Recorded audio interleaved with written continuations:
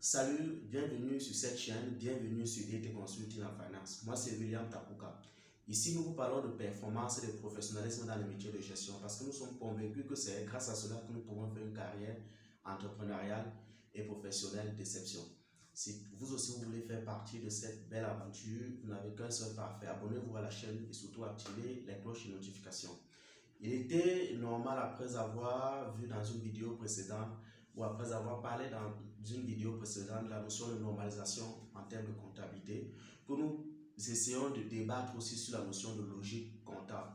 Or, ce débat ne peut pas se faire sans que nous abordions un certain nombre de notions pour vous permettre de mieux comprendre la notion de logique comptable. Alors, si vous êtes intéressé à cette thématique, je vous invite à me suivre derrière mon ordinateur.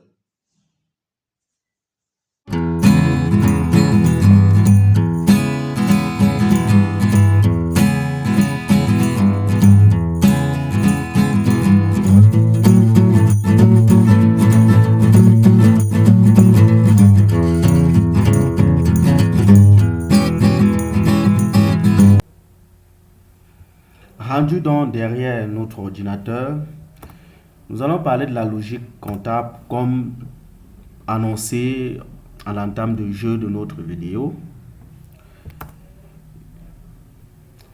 À qui s'adresse cette présentation?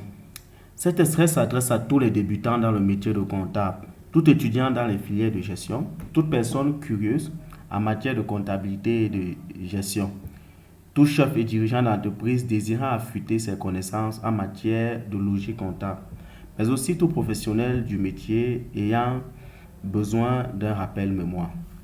Nous allons débuter cette présentation en mettant en exergue l'un des principes fondamentaux de la comptabilité qui est le principe de la partie double. De manière basique, ce principe stipule qu'en comptabilité, toute entrée doit être justifiée par une sortie et vice-versa.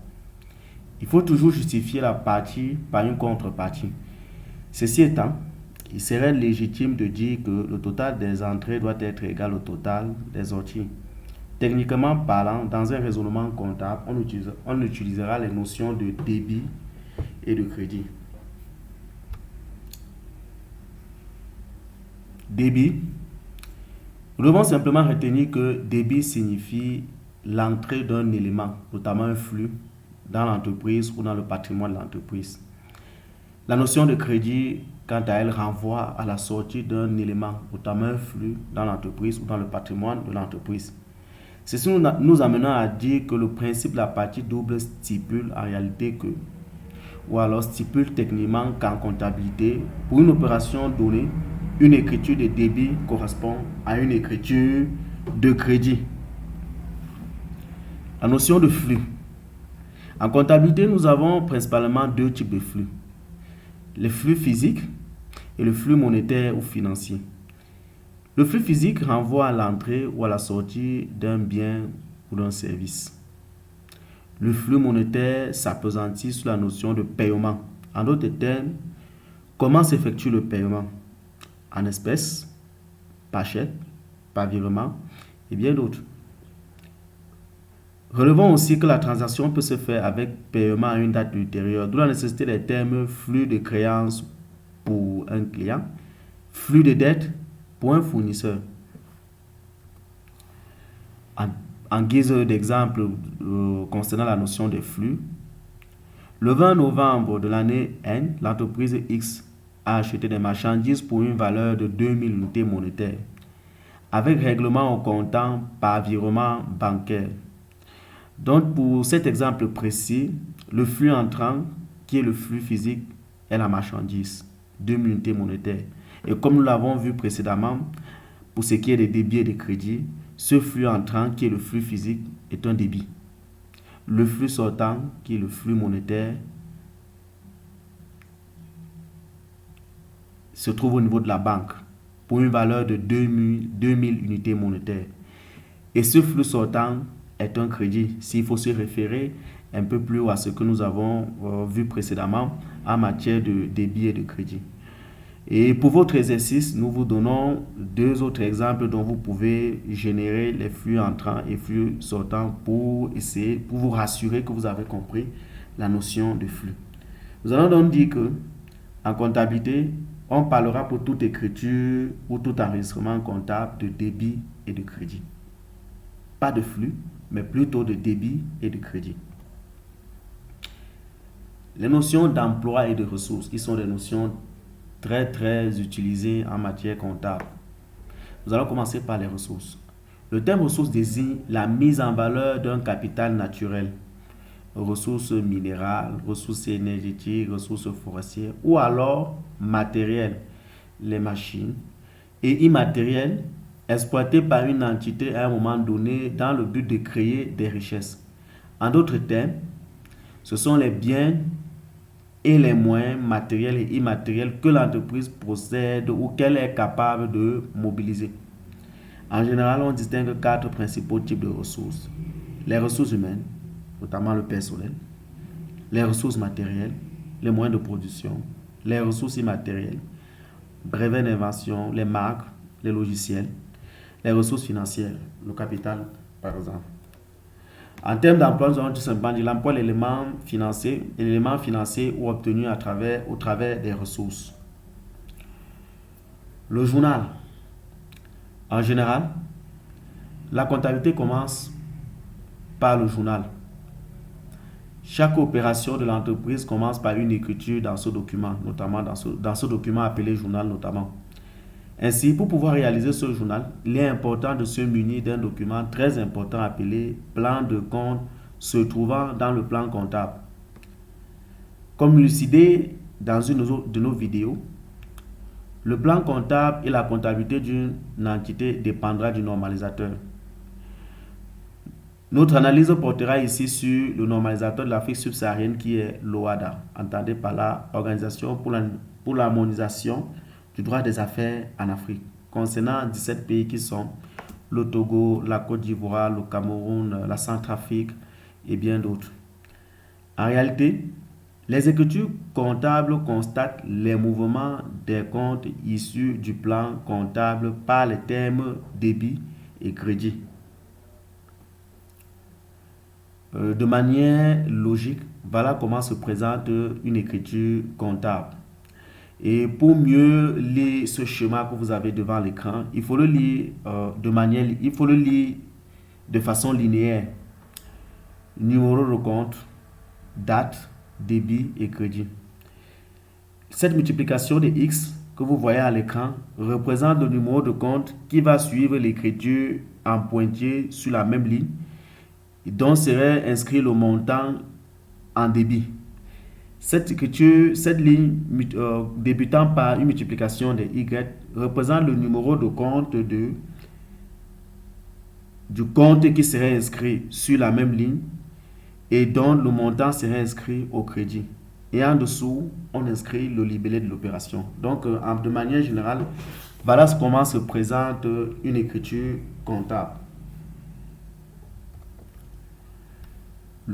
Logique de chaque classe de compte du plan comptable de WADA.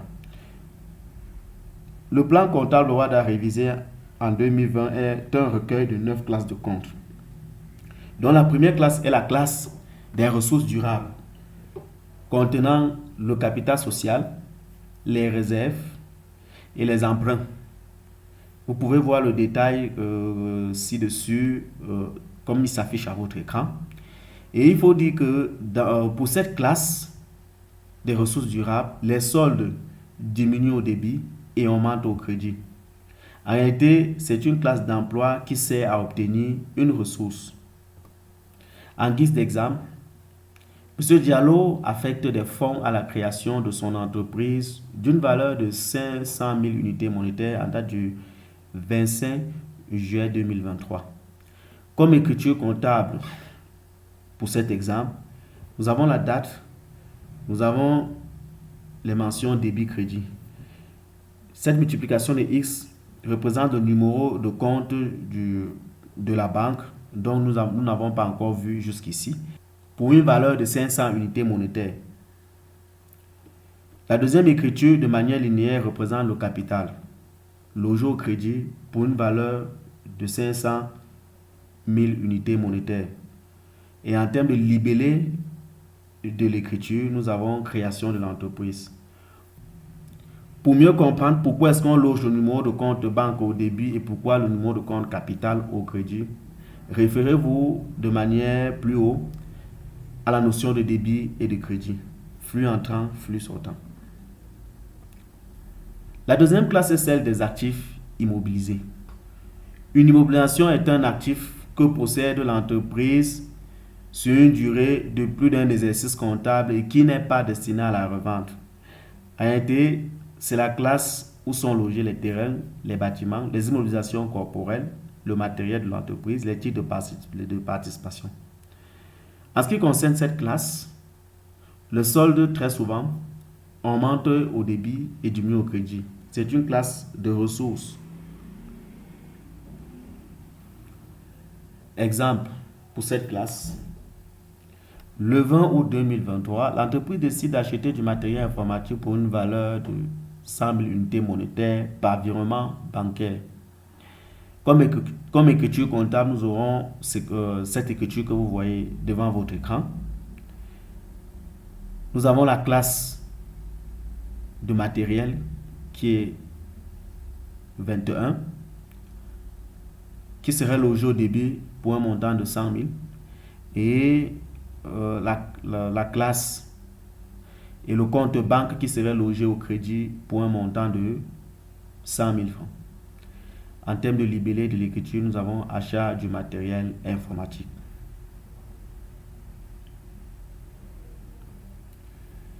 La troisième classe est celle des stocks. Elle est destinée à être revendue dans l'exercice comptable. Ici, nous aurons les comptes de marchandises, les comptes de matières premières, les comptes d'autres approvisionnements, les comptes de production en cours, de services en cours, de produits finis, de produits intermédiaires et résiduels. Il faut noter que pour cette classe, les soldes augmentent au débit et diminuent en crédit. Notamment, c'est une classe de ressources. La quatrième classe, quant à elle, est la classe des tiers.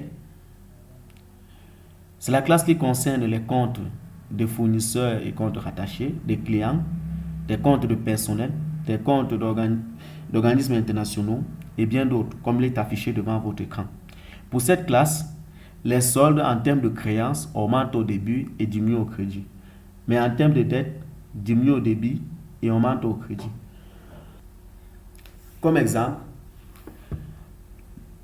le 20 septembre 2023, l'entreprise achète à crédit des marchandises pour une valeur de 1 million d'unités monétaires. L'écriture, la première écriture que vous voyez à votre écran illustre cet exemple, notamment la multiplication des X dans le numéro de compte représente l'achat de marchandises, le compte achat de marchandises ou achat de matières premières, achat de marchandises notamment. Cette multiplication des X renvoie au fait que nous n'avons pas encore abordé ce plan. Du coup, nous ne pouvons pas parler du numéro de compte en question. Pour une valeur au débit de 1 million d'unités monétaires. Et le compte fournisseur en crédit pour une valeur de 1 million d'unités monétaires. Libellé de l'opération achat de marchandises. Le même jour, l'entreprise vend à crédit à un client pour une valeur de 5 000 unités monétaires, dont l'écriture en dessous matérialise cette opération financière de l'entreprise. Le compte client au débit pour une valeur de 5 000 unités monétaires. Et le compte vente de marchandises matérialisé par un numéro de compte XX non inscrit, parce que nous ne l'avons pas encore abordé, pour une valeur de 5 000 unités monétaires au crédit. Libellé vente de marchandises. La cinquième classe représente la classe des trésoreries. Dans cette classe, nous avons les comptes de titres de placement, les comptes de banque, les comptes d'établissement financier, les comptes de caisse et bien d'autres, comme vous pouvez le voir à votre écran. Il faut noter que pour cette classe, les soldes augmentent au débit et diminuent au crédit. C'est notamment une classe de ressources. Comme exemple, pour ce qui est du compte banque, nous avons pris les exemples précédents où intervenaient les comptes banques et nous avons tout simplement introduit les numéros de compte banque. Comme vous pouvez le voir pour l'achat du matériel informatique, le numéro du compte banque n'est plus représenté par une multiplication de x, mais pas son numéro de compte en question qui est le 52.1, si vous voulez bien.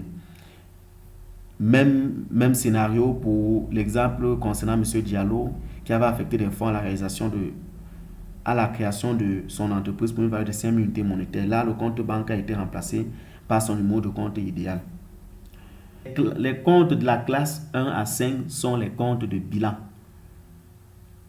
Et les comptes de la classe 6 à 7 sont les comptes de gestion, notamment les comptes liés à l'activité, à l'exploitation de l'activité. Donc nous allons parler des comptes de la classe 6 qui sont les charges des activités ordinaires. Les comptes de cette classe viennent diminuer le résultat de l'exercice comptable. Ici, il s'agit des comptes achats, des comptes concernant la variation de stock, comptes de transport, services extérieurs, autres services extérieurs, impôts et taxes et bien d'autres, comme vous le voyez à votre écran. Pour cette classe, les soldes augmentent au débit et diminuent au crédit. Pour ce qui est de la classe 7, c'est la classe des produits de l'activité ordinaire. C'est en réalité la classe de toutes les ventes qui viennent augmenter le résultat de l'exercice comptable. Il s'agit des comptes de